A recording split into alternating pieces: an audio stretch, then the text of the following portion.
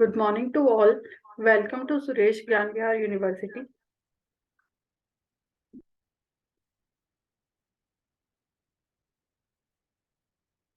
Last class में हमने देखा था रिक्वायरमेंट इंजीनियरिंग के बारे में. अब उसमें हम आगे देखते हैं the problems with our requirements practices. ठीक है, ये हम कर चुके हैं ये सारा. अब इसके बाद हम देखते हैं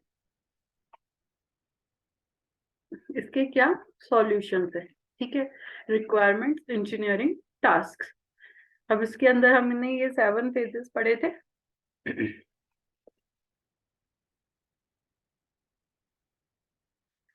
Inception, elicitation, elaboration, negotiation, specification, validation, requirement management.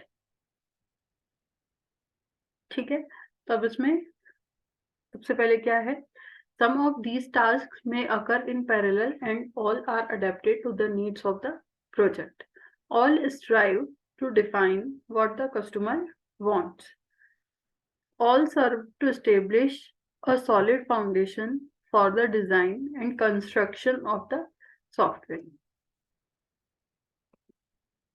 First है इंसेप्शन. देखते हैं इंसेप्शन में क्या है. During Inception the requirements engineer asks a set of questions to establish a basic understanding of the problem, the people who want a solution, the nature of the solution that is desired, the effectiveness of preliminary communication and collaboration between the customer and the developer. Okay, through these questions, the requirements engineer needs to identify the stakeholders, recognize multiple viewpoints, work toward collaboration and initiate the communication. ठीक है, अब ये सारा हम पहले discuss कर चुके हैं. आप एक बार इसको नोट डाउन करें.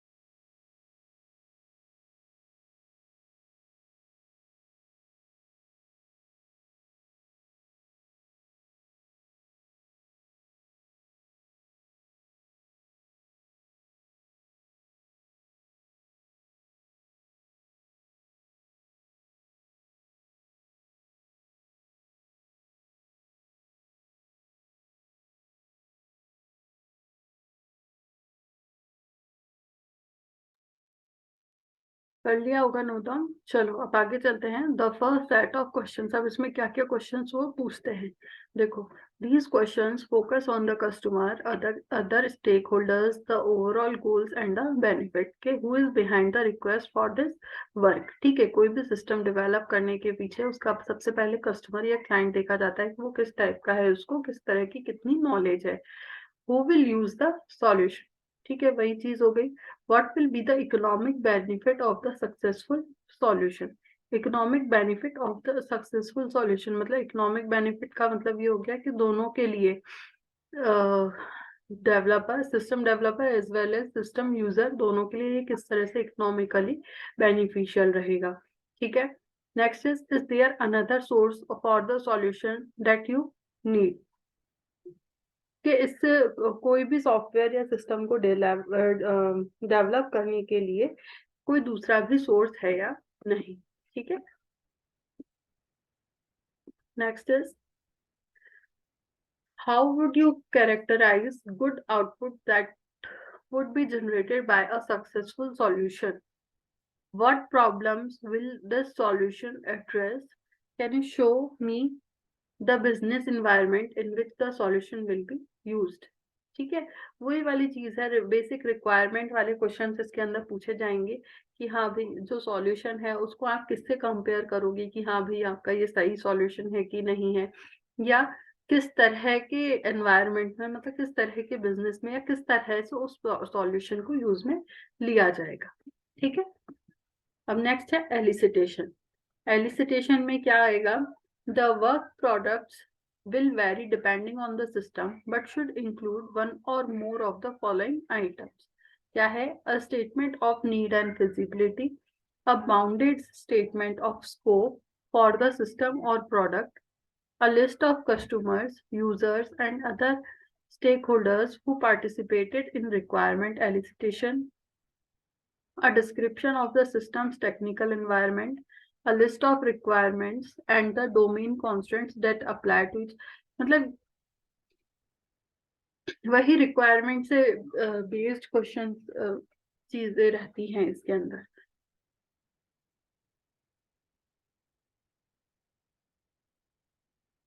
आप इसको एक बार नोट कर लीजिए।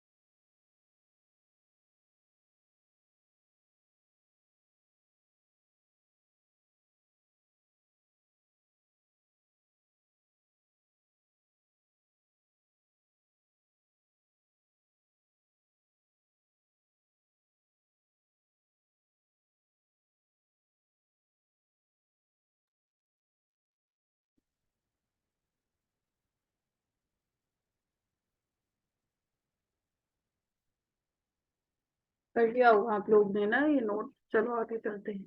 अब एलिसिटेशन टास्क क्या है इसके अंदर, एलिसिटिंग requirements is difficult because problem of scope in identifying the boundaries of the system or specifying too much technical detail rather than overall system objectives। इसके अंदर क्या प्रॉब्लम आ सकती है, ये डिफिकल्ट क्यों है, क्योंकि इसके अंदर बाउंड्रीज को या जो भी आपका एरिया है कि इस पर्टिकुलर एरिया में रह के ही हमको वर्किंग करनी है वो फिक्स रहती है।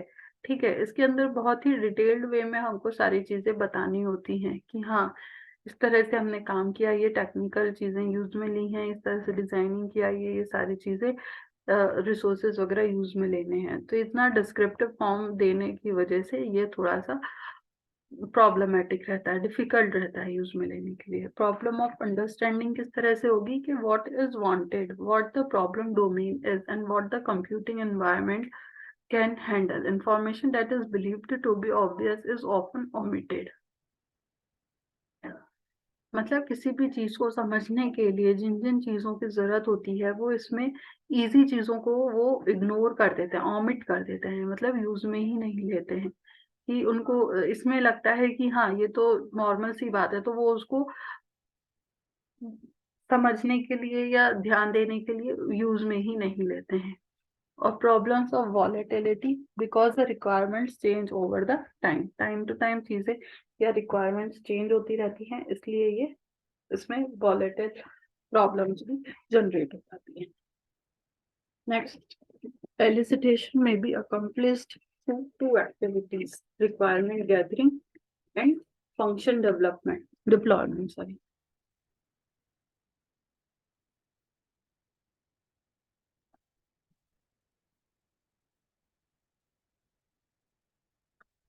Requirement gathering से related क्या हो सकता है? First is meetings are conducted and attended by both software engineers, customers and other interested stakeholders. ठीक है, इसके अंदर क्या है, आपकी रिक्वायरमेंट को किस तरह से गैदर किया जाएगा। कोलैबोरेटिव मतलब कि दोनों के बीच में, system developer as well as system creator, मतलब क्रिएटर नहीं, जो भी जिसको भी सिस्टम बनवाना है, ठीक है, तो उनके बीच में क्या कोलैबोरेट किया जाएगा किस तरह से रिक्वायरमेंट्स के लिए। तो वो वाली चीज है, सबसे पहले मीटिंग करवाई जा सकती है, ठीक है, या फिर दोनों के बीच में रूल्स होने चाहिए कि कौन कितना पार्टिसिपेट करेगा, कितनी किसकी, मतलब दोनों की लिमिटेशंस डिसाइड कर दिए जाएंगे। फिर an agenda is suggested that is formal enough to cover all important points but informal enough to encourage the free flow of ideas। मतलब इसके अंदर क्या होगा कि फॉर्मली मतलब नेसेसरीली इंपॉर्टेंट पॉइंट्स को तो एड ऑन किया जाएगा, लेकिन उन इम्पोर्टेंट पॉइंट्स को फुलफिल करने के लिए सब अपना अपना आइडियाज कैसे भी दे सकते हैं, ठीक है। The goal is to identify the problem, propose elements of solution, negotiate different approaches, and specify a preliminary set of solution requirements। क्या हुआ, इसका क्या गोल रहा कि प्रॉब्लम को जानना, उसके डिफरेंट डिफरेंट सॉल्यूशंस या हर सॉल्यूशन की तह तक मतलब बेस तक पहुंचने के लिए, और जो भी बेस्ट पाथ होगा उसको फाइंड करना, उसको लिए नेगोशिएट करना, ठीक है, और specify a preliminary set of solution requirements के, रिक्वायरमेंट के जो जो भी रिक्वायरमेंट्स के बेस पे जो जो भी सॉल्यूशंस होंगे उनका सेट क्रिएट करना। ओके, ये सारा आप एक साथ राइट कर लेना, मैं आपको बाद में टाइम दे दूंगी, पहले एक बार हम लोग इसको समझ लेते हैं। देन क्वालिटी फंक्शन डिप्लॉयमेंट, ठीक है, डिप्लॉयमेंट मतलब अवेलेबल। फर्स्ट इसके अंदर क्या होगा, 3 टाइप्स आएंगे, नॉर्मल, एक्सपेक्टेड एंड एक्साइटिंग, ठीक है। फर्स्ट नॉर्मल रिक्वायरमेंट के अंदर क्या हो गया है, these requirements are the objectives and goals stated for a product or system during meetings with the customer, ठीक है। Next is expected requirements. These requirements are implicit to the product or system and may be so fundamental that the customer does not explicitly state them. Expected requirements, as it is cleared by its name, इसके अंदर क्या हो गया, ये मतलब implicit मतलब कि ये बाय डिफॉल्ट वाली चीजें हैं जो कि किसी भी सिस्टम को बनाने के लिए सम एक्सक्लूसिवली देने की जरूरत नहीं है कि ये तो बाय डिफॉल्ट रिक्वायरमेंट रहेगी ही रहेगी, ठीक है। जैसे कि हमको सपोज कोई चीज प्रिंट निकालना है, ठीक है, प्रिंट निकालने के लिए हमारी रिक्वायरमेंट है कि हमें 2 पेजेस का प्रिंट निकालना है, तो प्रिंट निकालने के लिए प्रिंटर की जरूरत तो रहेगी ही रहेगी, तो इसको मतलब स्पेशली मेंशन करने की जरूरत नहीं है कि हाँ आपको प्रिंटर की जरूरत रहेगी, तो ये क्या हो गया, एक तरह से आपका इम्प्लिसिट हो गया। Okay, then next is exciting requirements. These requirements are for features that go beyond the customer's expectations and prove to be very satisfying when present. Exciting requirement क्या होगा कि जैसे कस्टमर को जितनी भी एक्सपेक्टेशंस रहेंगी, जैसे कस्टमर ने तो बोला है कि हाँ हमें ये चीज़ चाहिए, इस फॉन्ट में चाहिए, वो चाहिए, लेकिन वो और भी अच्छे लेवल पे उसको अवेलेबल कराता है, जिससे कि कस्टमर जितना रिक्वायरमेंट देता है उससे भी और एक्स्ट्रा काम करके देना है इसके। Next is elaboration. ऐसा करो, हाँ पहले इसको लिख लो। एक्साइटिंग तो हो गया था शायद यहाँ। हाँ, फर्स्ट कोलैबोरेटिव रिक्वायरमेंट गैदरिंग, इसको आप नोट डाउन कर लीजिए।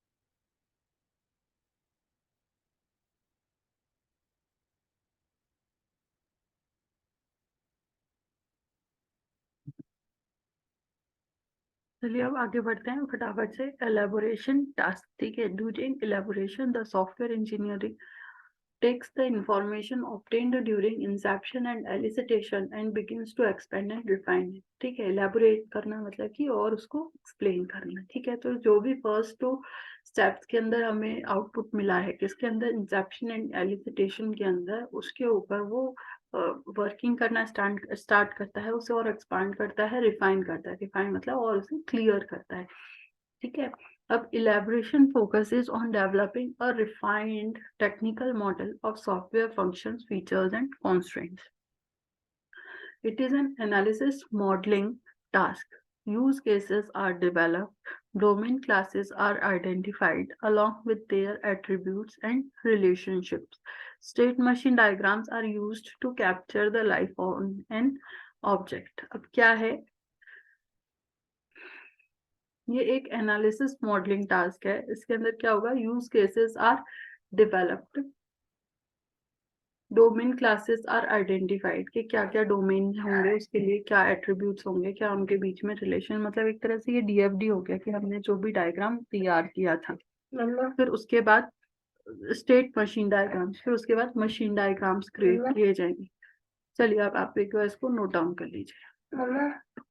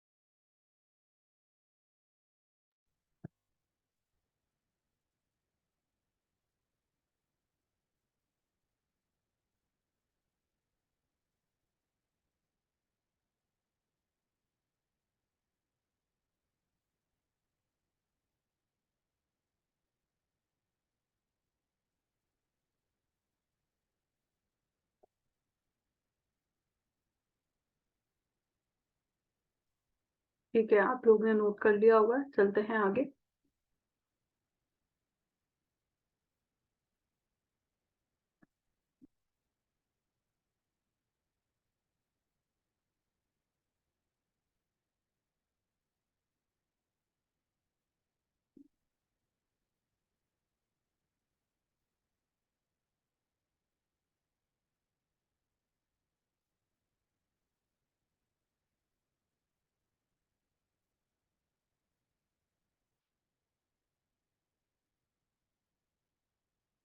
डेवलपिंग यूज केसेस, अब इसके अंदर क्या चीज, क्या मतलब हुआ डेवलपिंग यूज केसेस का, कि step one, define the set of actors that will be involve in the story. ठीक है, एक्टर्स आर पीपल, डिवाइसेस और other system that use the system और product within the context of the function and behavior that is to be described. ठीक है, actors are anything that communicate with the system or product and that are external to the system itself. अब first step के अंदर क्या हो गया, use cases के अंदर यूज केस बनाते वक्त क्या ध्यान दिया जाता है कि वो सेट लिया जाता है, एक्टर्स का सेट। एक्टर्स मतलब कि कोई भी आपका रिसोर्स हो सकता है, डिवाइस हो सकता है, या पीपल हो सकते हैं जो कि उस सिस्टम को डेवलप करवा रहे हैं, जो कि उसको यूज में लेने वाले हैं। ठीक है, नेक्स्ट है स्टेप टू में, develop use cases which where each one answers a set of questions. ठीक है, अब जो भी वो था, एक्टर था या पीपल, जो भी पीपल या जो भी क्रिएटर है उसका, मतलब बनवाने वाला है सिस्टम का, उनसे डिफरेंट डिफरेंट क्वेश्चंस पुट किए जाएंगे, पूछे जाएंगे। ठीक है, अब क्वेश्चंस क्या हो सकते हैं, who is the primary actor and the secondary actor, what are the actors goal, ये सारे क्वेश्चंस के आंसर इसके अंदर यूज केस में तैयार किए जाते हैं। ठीक है, what preconditions should exist before the scenario begins, मतलब इस तरह से देखेंगे, ये सारे आप देख लेना। नेक्स्ट है नेगोशिएशन। नेगोशिएशन के अंदर क्या आएगा, during negotiation the software engineer reconciles the conflicts between what the customer wants and what can be achieved given limited business resources। ठीक है, नेगोशिएट किया जाता है। नेगोशिएट मतलब क्या होता है, एक तरह से बार्गेन टाइप से हो गया। ठीक है, तो बार्गेन नहीं होगा इसके अंदर, एग्जैक्टली इसके अंदर क्या होगा, सॉफ्टवेयर इंजीनियर रिकॉन्साइल्स द कॉन्फ्लिक्ट्स, मतलब कॉन्फ्लिक्ट्स हो जाते हैं ना, कि हाँ मैं तो बोल रही मतलब हम जो भी यूजर है वो तो बोल रहा है अब, और मतलब कि हाँ इसमें a plus B equals to C होना चाहिए, लेकिन जो यूजर जो सर्विस प्रोवाइडर है वो क्या बोल रहा है, A plus B is equals to D.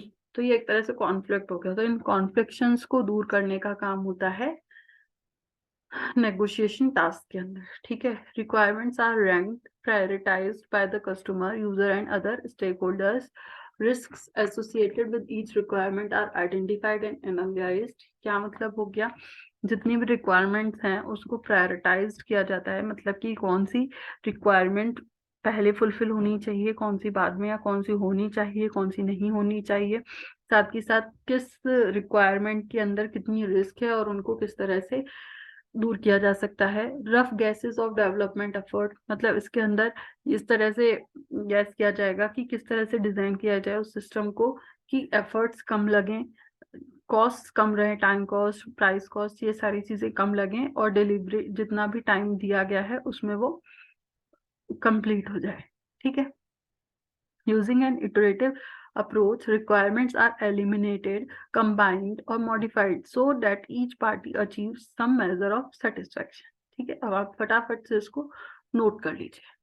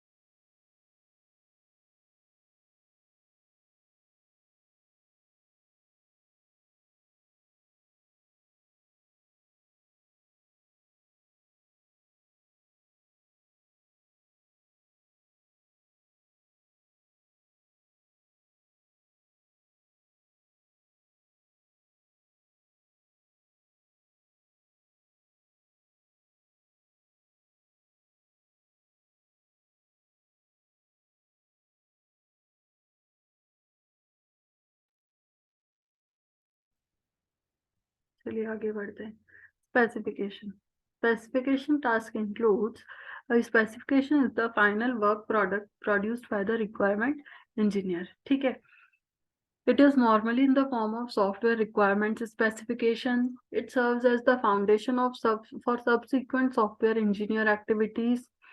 In this, it describes the function and performance of the computer-based system and the constraints that will govern its development.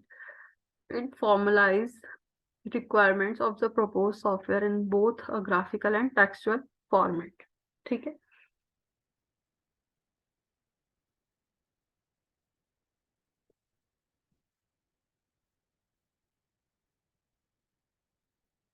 इसको समझाने की ऐसा इतनी कोई जरूरत पड़ेगी नहीं मेरे हिसाब से, क्योंकि इसके अंदर जिस तरह से लिखा हुआ है, क्या लिखा हुआ है, पहला है कि ये आपको फाइनल वर्क प्रोवाइड कराता है। ठीक है, रिक्वायरमेंट फेज का फाइनल वर्क प्रोवाइड कराता है कि क्या किस तरह से रिक्वायरमेंट, क्या क्या चीज़ों की रिक्वायरमेंट रहेगी। ये एक तरह से आपका फाउंडेशन, प्रॉपर फाउंडेशन क्रिएट करा देता है।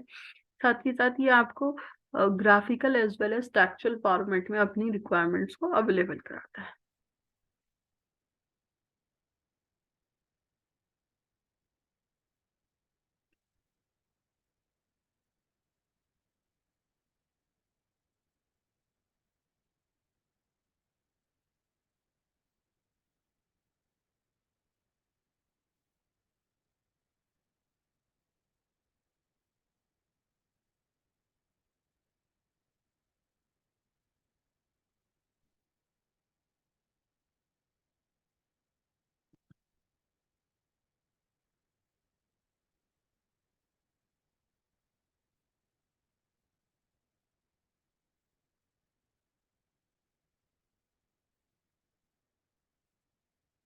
लिख लिया होगा ये, चलो आगे चलते हैं।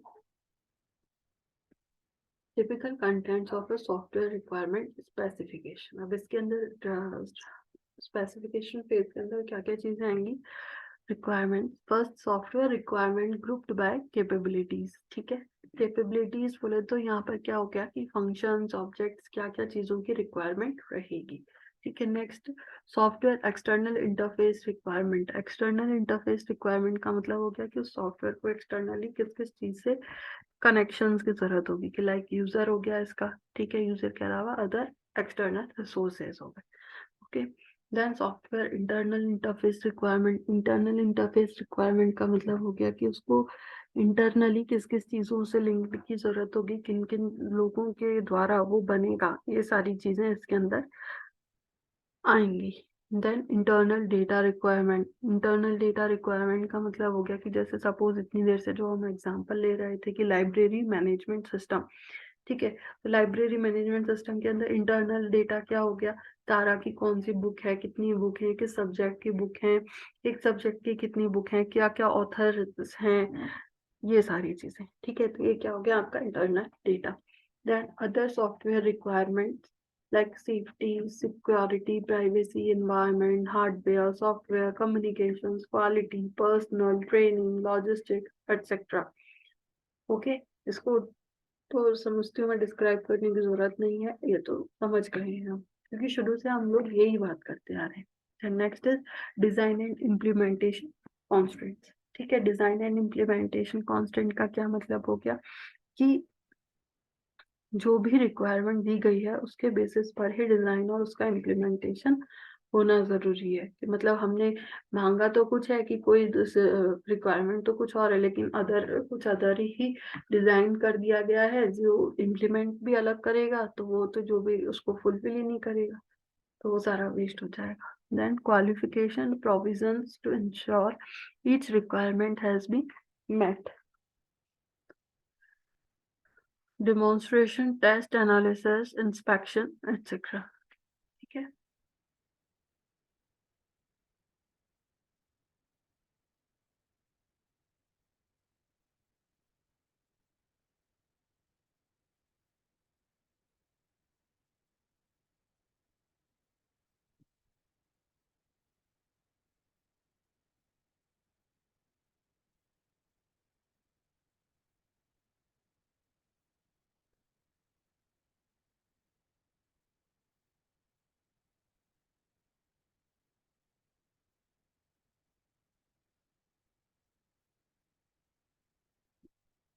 चलो नेक्स्ट है वैलिडेशन। अब तो ज्यादा कुछ नहीं बचा है, वैलिडेशन है और फिर है रिक्वायरमेंट मैनेजमेंट। देखो ये वैलिडेशन और ये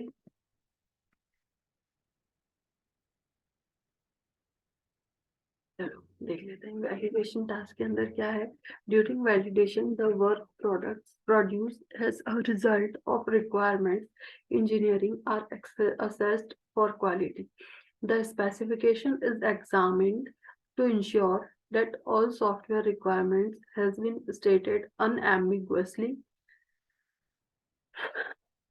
क्या मतलब हुआ एम्बिगुअस का मतलब क्या हो गया? एम्बिगुअस का मतलब हो गया अननोन। जैसे हम लोग कई बार पढ़ते हैं ना,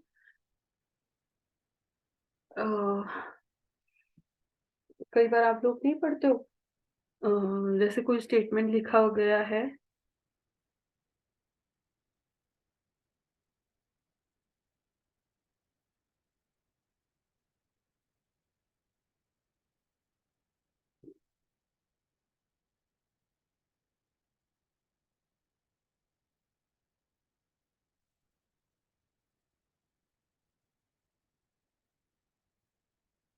आवाज आ रही होगी ना?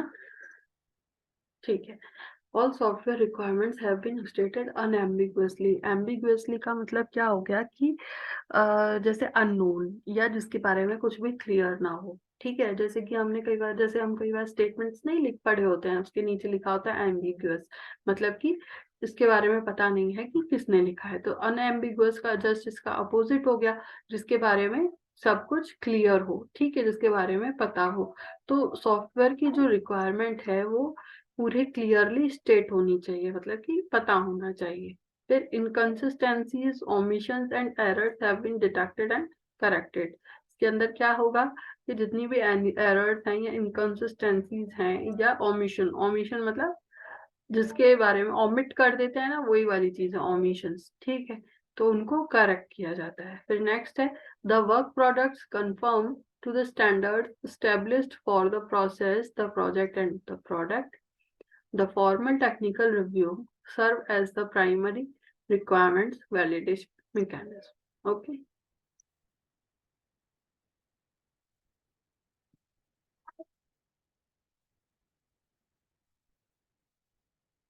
चलिए अब नेक्स्ट है questions to ask when validating requirements. अब इसके अंदर क्या क्या क्वेश्चंस पूछे जाते हैं कि जो भी इसका टास्क था, ठीक है, इन टास्क को फुलफिल करने के लिए questions like each requirement unambiguous, मतलब सारी रिक्वायरमेंट क्लियरली नोटेड है कि नहीं है, ठीक है, कि इस ईच रिक्वायरमेंट कंसिस्टेंट, वही है कि कंसिस्टेंसी की चेक की जाती है, अगर कोई है तो उसे करेक्ट किया जाता है। Does each requirement have attribution, that is a source noted for each requirement, ठीक है। तो ये सारी चीजें हैं। फिर उसके बाद ये और भी कई सारे क्वेश्चंस इसके अंदर आते हैं लाइक रिक्वायरमेंट टेस्टेबल, वो जो भी रिक्वायरमेंट है वो टेस्ट की जा सकती है कि नहीं, उनके ऊपर प्रैक्टिकली परफॉर्म किए जा सकते हैं कि नहीं किए जा सकते हैं, ठीक है। फिर कि जो भी रिक्वायरमेंट है वो प्रॉपर रिफ्लेक्ट करता है कि नहीं, उसके प्रॉपर इंफॉर्मेशन अवेलेबल है या नहीं, उस पर फंक्शन किया जा सकता है कि नहीं, ठीक है, उस पर मतलब ओवरऑल ये है कि वर्किंग की जा सकती है कि नहीं, ठीक है। हम नेक्स्ट है रिक्वायरमेंट मैनेजमेंट। रिक्वायरमेंट मैनेजमेंट के अंदर क्या होगा? During requirement management the project team performs a set of activities to identify, control and track requirements and changes to the requirements at any time as the project proceeds, ठीक है। अब इसके अंदर management, management नाम से ही समझ में आ रहा है कि सारी चीजें मैनेज करके चलने का रहेगा, कि जो भी रिक्वायरमेंट है उनको आइडेंटिफाई करना, कंट्रोल करना, और जो भी जैसे जैसे प्रोजेक्ट आगे बढ़ेगा तो उसकी रिक्वायरमेंट्स चेंज तो नहीं हो गई है, ठीक है। Each requirement is assigned a unique identifier, ठीक है, हर स्टेप में इसमें रिक्वायरमेंट की हर एक रिक्वायरमेंट को यूनिक आइडेंटिफायर, आइडेंटिफायर मतलब कि स्पेसिफिक नेम दिया गया है, ठीक है।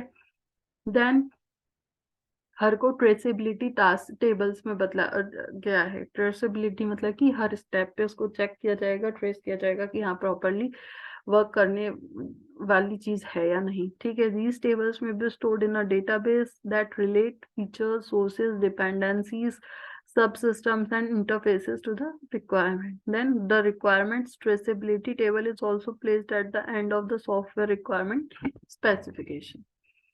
ओके, चलो अब इसको आप एक बार नोट कर लीजिए। ये भी बच रहा था आपका क्वेश्चंस, तो क्या लिखोगे? छोड़ो, ये लिख लो आप तो बस।